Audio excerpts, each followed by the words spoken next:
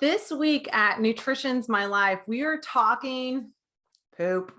I know we're talking poop today because it is something that no one talks enough about and everyone shies away. When I get on sessions with people and I ask them about like, how are you pooping? Like their eyes get all big, they get all like small because they're so nervous to talk about poop.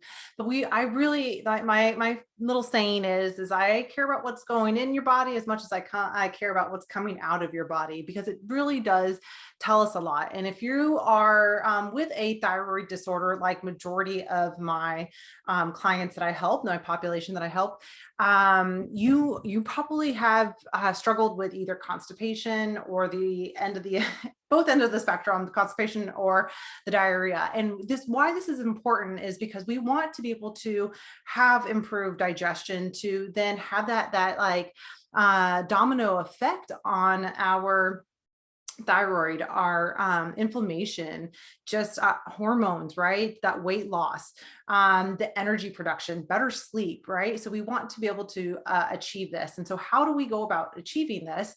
Well, this is the podcast for you because we're going to be talking all those things. So let's talk basic nutrition 101.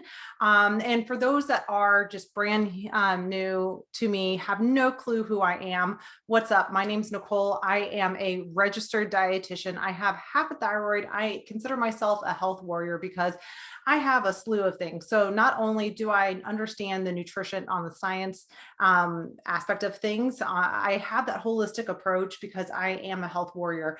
I understand what you're going through. So you're going to get the real raw thing here. And so what I have seen recently with my practice is a lot of people come into me with constipation. So let's talk a little bit about constipation and why we want to improve this. So constipation is really kind of a confusing term because most people just think constipation means I'm not pooping at all.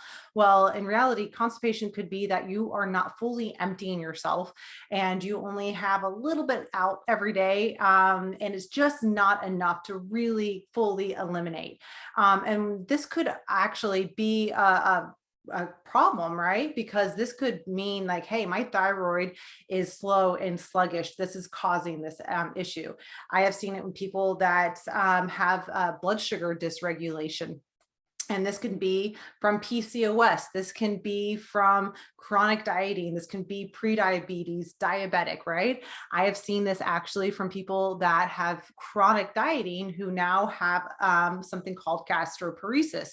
So for people that are out there like, well, I've had an eating disorder most of my life. I'm okay. Nothing's gonna, no issues are gonna kind of come from that as long as I get back on track.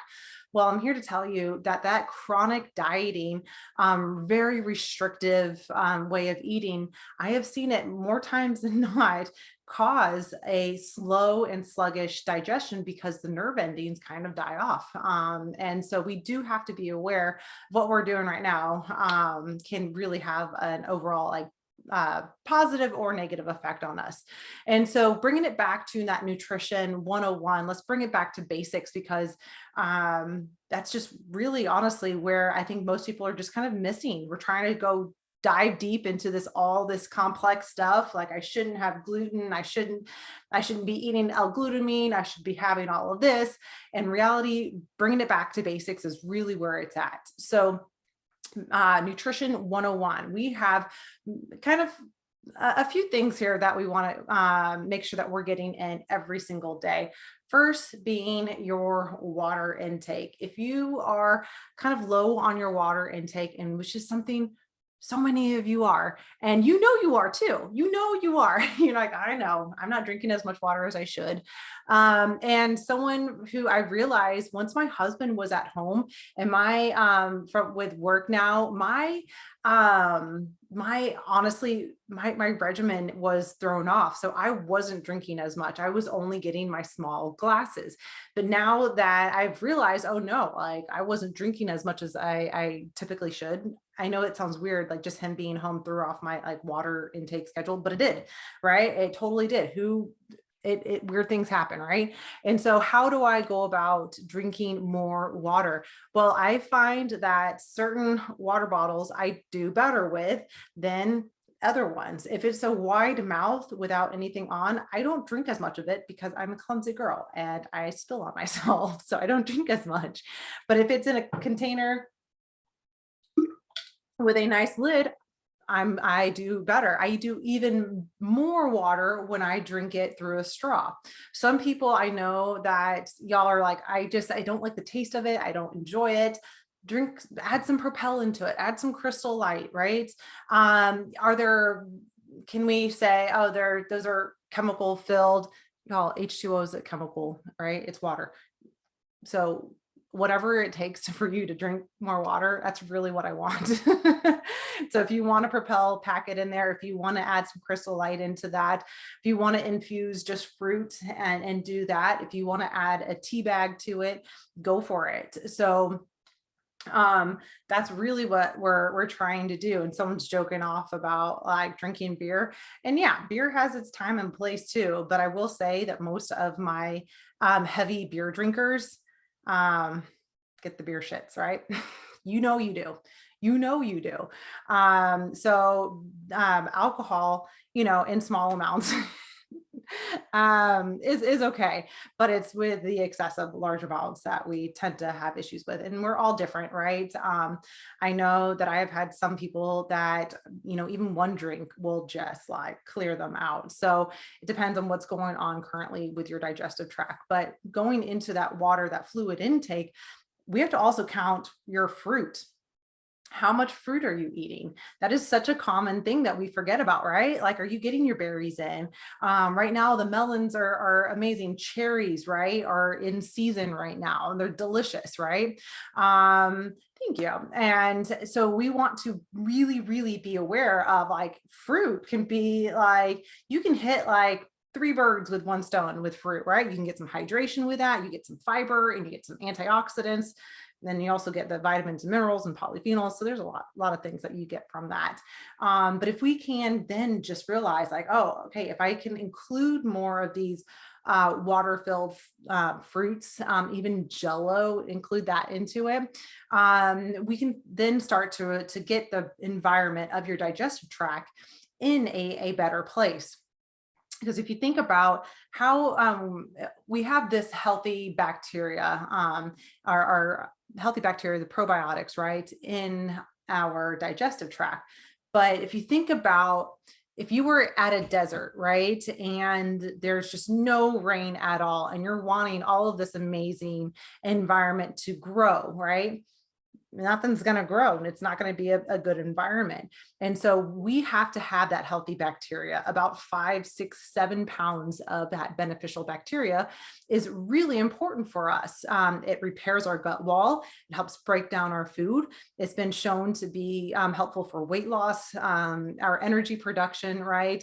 It's been beneficial for mood stabilization, all sorts of beneficial tools just from our gut health, just from repopulation of that healthy bacteria. But if we're not drinking enough water for that healthy bacteria to do its thing, repopulate, regrow, remember 5, 7 pounds of this should be in your digestive tract. So if it's not, if you're a desert down there and you don't have enough water on board, you don't have enough fiber, you don't have enough of those healthy bacteria, you're going to start to eat some of these foods, and it could be super healthy, right? You could eat I had someone eat an apple and it just ripped them up.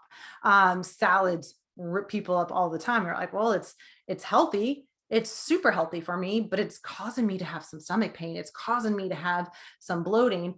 Why is it? Why am I having these issues? And the majority of the time, it's because of that healthy bacteria has atrophied or gone away.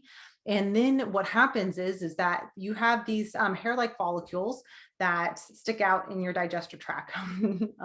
If you are on the podcast, you can't see, but I have my little spirit fingers out. And with these spirit fingers, these villi, it allows for more surface area for the nutrition that you chewed up and digested to be absorbed.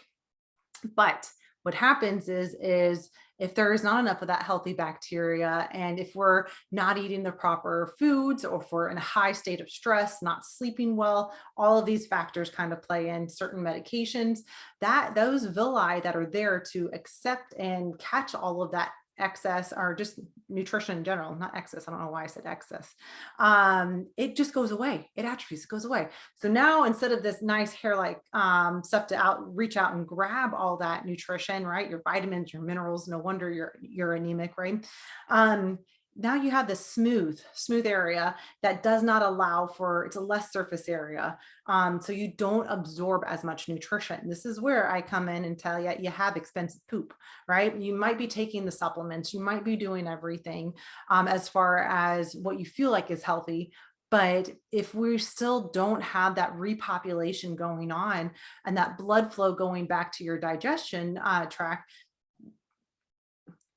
it sucks. You get bloated, you get cramped, you get constipated, or you have diarrhea. And did you know that you can have diarrhea and be constipated? Weird, right? So it can, and the reason why that happens is that food or you now it's now it's your poop has one, though if we're constipated, that stool just sits in your colon and your body reabsorbs the water, reabsorbs the potassium out of there. And so the longer you sit and you're like, oh, I'll wait till I get home, or I'm not going to do it out in public, right? I can't, right? The longer you hold that in there, the harder it is going to get it out. And so, yeah, there are times that we can use like Miralax, or even, I mean, Miralax is works pretty well for most people, where it'll help pull the water into the intestines to help soften everything to allow you to go to the bathroom. But if you're using those medications like on the regular, we really need to be aware that it could be a water intake. Just start drinking more water, right? So we understand the importance of water by this point, right? We got it. And if you don't yet, hear me again. Drink some more water. All right, now the other components of this, and like I kind of briefly talked about it, but it was the fiber component. And I hear a lot of people tell me that certain foods cause them pain, right? Certain healthy foods like are cause more bloating. And the reason why that happens is that healthy bacteria is not there anymore. And so that unhealthy bacteria will cause way more bloating and methane or more gas than a healthy bacteria will. And then you have the difficult time of, oh, that fiber actually didn't get broken down properly. And so you then are trying to squeeze and get all that out. And you're like, I'm cramping. This is not pleasant, right? And so what I like to say for most of my clients who are struggling with their digestion is, and especially if you have bloating present, especially if it is like really noticeable where like you eat something and it's just like, boof. Great question. Someone's asking about a probiotic. I'll get there in just 2 seconds. If we have that massive bloating, y'all, take some time to really think about, there's bloating is, having gas is normal. Being bloated and in pain and that discomfort is not normal. So someone was asking about the probiotics, and we'll go more back into that bloating and everything. So the probiotics are actually it's a very good question, but it's very specific for the person, because we have like thousands, millions of different kinds of beneficial bacteria in our digestive tract. But why do you need, what's your reason for it? Do you get yeast infections more often? And you're a woman, right? So you might need one that is like L. reuteri or rhamnose in it. So look for the R's. Those R's are fantastic for the women's health. If it is like someone, she's saying like, oh yes, I'm looking like I'm pregnant, right?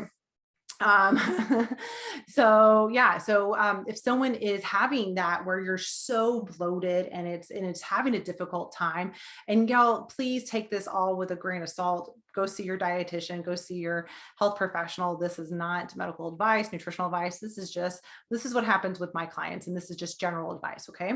So with people that are really, really bloated and have difficult times, they more than likely don't tolerate the probiotics made from fermented dairy, and they tend to have more bloating because of that, and more difficult times. So I usually encourage a spore-based probiotic, and I do have one on my website. I am not associated or affiliated with them. I don't get any commission or anything like that. I just think it's a good brand and my clients enjoy it. I do have a couple things on there I'm affiliated with, like my superfood shot and my mushrooms, but everything else on there, it's just stuff I trust, and I think it is beneficial for y'all. So yeah, the spore-based probiotics tends to be really helpful because it's made out of the spore, right? I mean, out of the soil. It didn't come from dairy or other kind of fermented foods. So it does tend to, it doesn't need to be refrigerated, and it tends to be a little bit easier on people's digestion. So with adding in probiotics, we also need to feed them, right?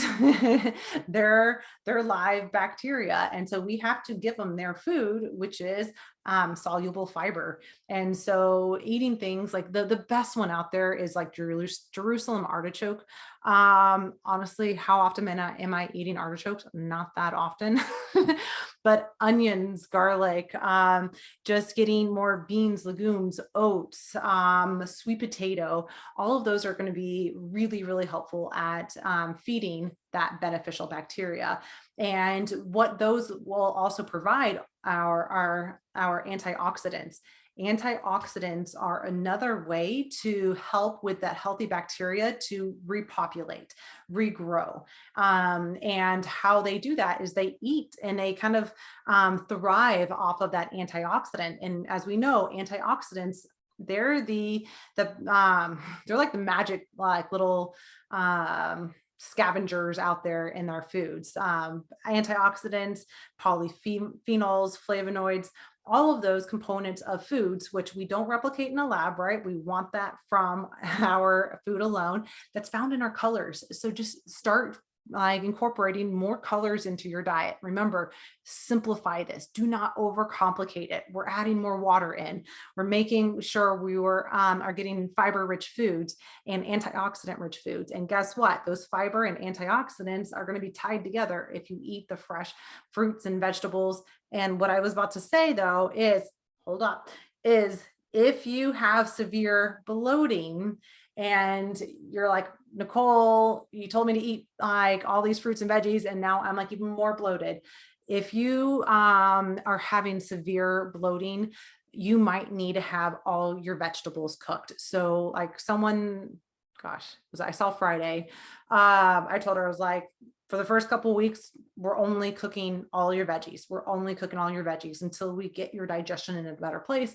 Then we can start to incorporate some of the salads again, and kind of help out with that. I have another question here on TikTok asking, can you take fiber supplements to feed bacteria if you don't get enough from foods? You can, you for sure can, but food first, in my opinion, food first. So if I would say a fiber supplement, I would actually say flaxseed. Go the seed route and do that. So ground or milled flaxseed. Try that and see how that works, because that you can add into so much foods. I do like it refrigerated so that way it doesn't spoil or go rancid. Fat can go rancid, right? So we do try to, if you're not going to eat those nuts and seeds fast enough, put them in your fridge, especially if you're in Texas like I am. But the reason why I say the milled flaxseed is that you get also the omega-3 fatty acid component. You also get a little bit of potassium, and you're also going to get a little magnesium from it too. So you get more than just the fiber, like if you were to get like bent fiber or psyllium fiber, right? So, but that's where y'all, it's really hot in this room. So if you start to see me on here, just like starting to glisten, we don't have a fan in this room and it's starting to get toasty. toasty, toasty, toasty. But yeah, and as if you feel like, okay, I'm struggling to be able to get all of this food in, because what happens when you're constipated, right? You're not hungry. That's what happened with a couple people that I saw yesterday. They were constipated, so they're not as hungry. So I'm like, I'm not going to be able to get you to eat more food until you poop, right? On the regular. We need to get you pooping more regular. Then we can talk about how to incorporate these more foods. But then it's like, we can't get you pooping better until you incorporate some of those foods, right? So it's just kind of like catch 22 for some people. But that's where, if you are so full all the time, smoothies and shakes, or whatever you want to call them, can be really helpful, because you can just dump in. You can dump in so much fiber, so much antioxidants, right? So when I make a shake or a smoothie, I actually have a recipe on my website for it. Prunes, someone's gone prunes, prunes, prunes. Yes, prunes works. But honestly, like if just slowly increasing these foods, just fiber rich foods can be really, really helpful. Prunes, dates also can do the same thing. Dates will really kind of help you go as well. But yeah, make a smoothie. And when I make a smoothie, I will put like frozen blueberries. I'll put like half a frozen banana. And y'all, random like squirrel side note here, I don't know why it took me so long to figure this out, but I've been like putting, like when your bananas go like black, how you just like toss them in the freezer and you're just like, well, I'll use that for banana bread or something else later. Well, then it's like a pain in the like, you know, ass to to peel it afterwards. Peel it before. Duh, Nicole. Peel it before and put it in a Ziploc baggie. Peel it before. You don't have to microwave it. Peel it before. Duh. So simple. I know that's such a like. Did y'all peel your bananas before you froze it, or did you freeze it in the peel? I don't know. I just thought it was like a random like, oh my gosh, how did I not know this for so many years?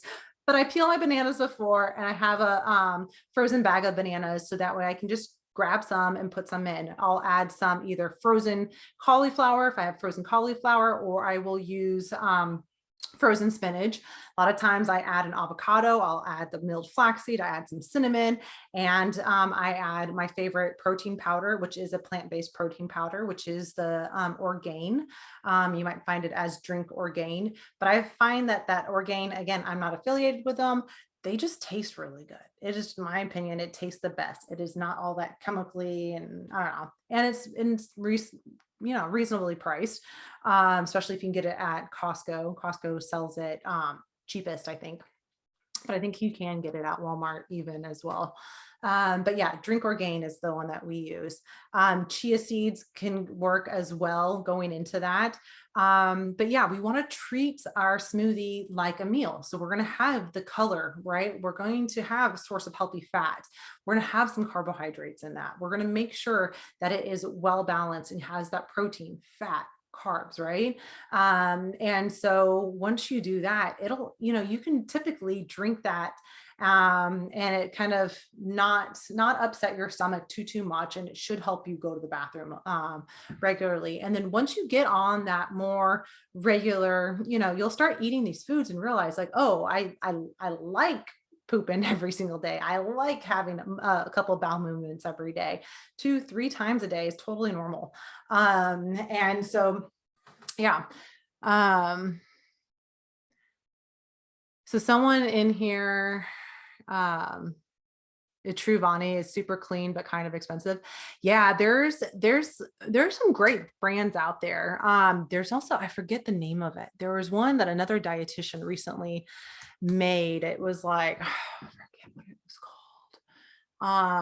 And it was a little bit more on the more expensive side, but you also have to think about like, are you the person who is like to the extreme of like, I, want to make sure that I don't have like any harmful chemicals or any fragrance and all this other stuff, and if you can afford it, for sure. But there's a nice wide range of like safety and things that are still good for us to have. And I think Drink Orgain is another one that works really, really well for that. But yeah, so kind of going back into that digestion and everything that we're talking about, we understand that food is a major component of this, right? Fried food's going to cause more inflammation of the digestive tract. And realizing too, like what kinds of foods stop you up more, right? If you're eating more chips and hot dogs and only saying that because we had hot dogs a couple nights ago, or chicken nuggets or pizza and stuff like that, and you're getting constipated, or do we end up trying to do, some incorporate those foods every once in a while, but we're mostly eating foods that make us feel good and help us out. And that's really where I hope to teach most of y'all, is that it's not an all or nothing. Like we can't just say like, no pizzas, no chicken nuggets, you can't have any of that. That's not realistic. But what we want to do is do more of the foods that make you feel good, that help you out, that help you reach your goal. That's why I call that your non-negotiable, because you're not going to negotiate your health. And let's talk about the last components of things. So we're going to do more of the I guess you want to call it mindset, environment components of it, non-nutrition parts that influence our digestion.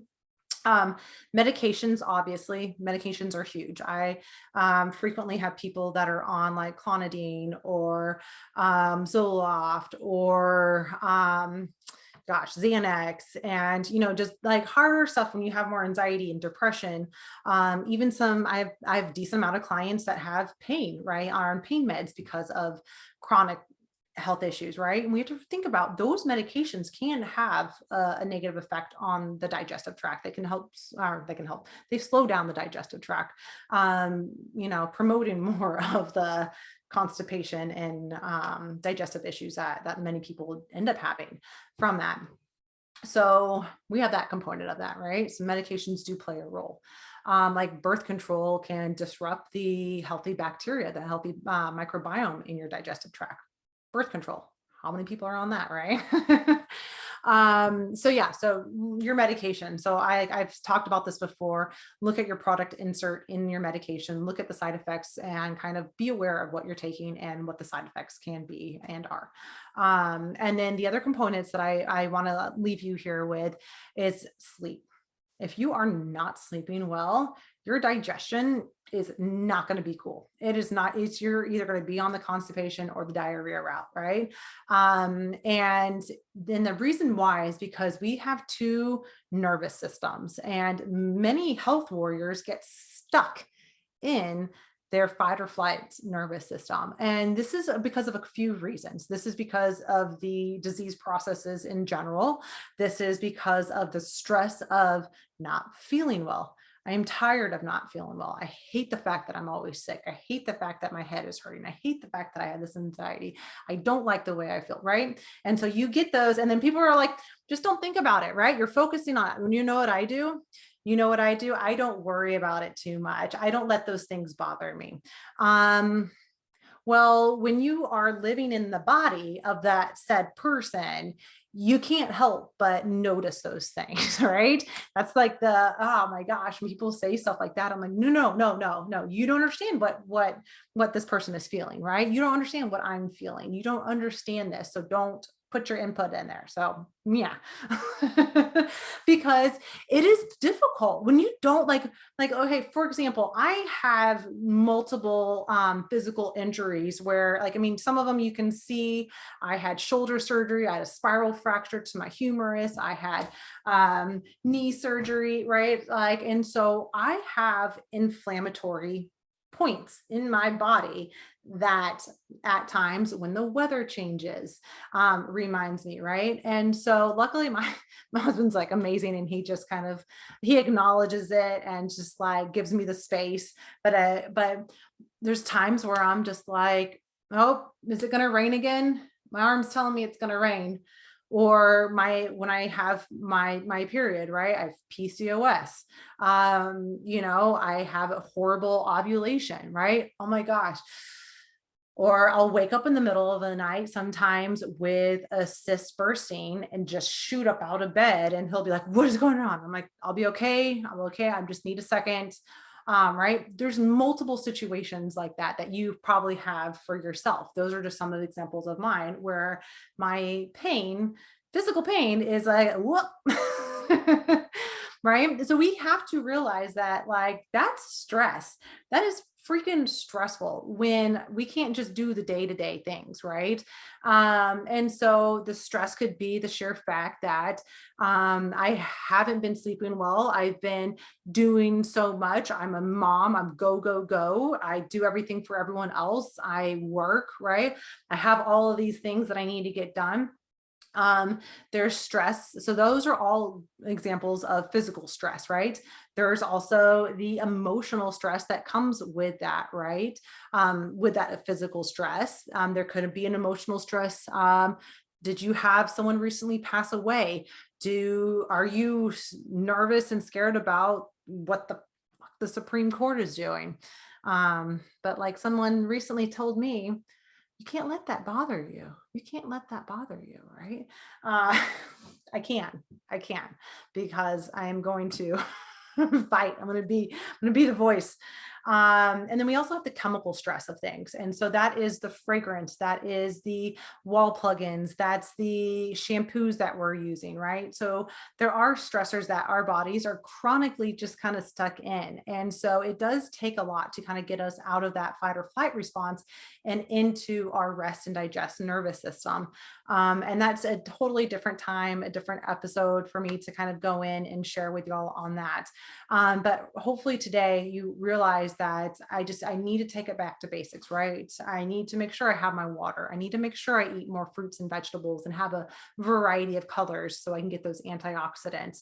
One thing we didn't really say much about is movement too, right? If you're stuck at your desk working all day, or if you're because you're not sleeping well, you're stuck on the couch all day or in bed, we do have to get some movement to help bring that blood flow back to the intestines to help things kind of keep going. We have to be sleeping better, stressing less. And like I said, all of those things are components that we can dive in on another episode. But I really hope today that you learned a lot and got something out of this. And I will be back with another episode of Nutrition's My Life podcast very soon. Y'all have a great one.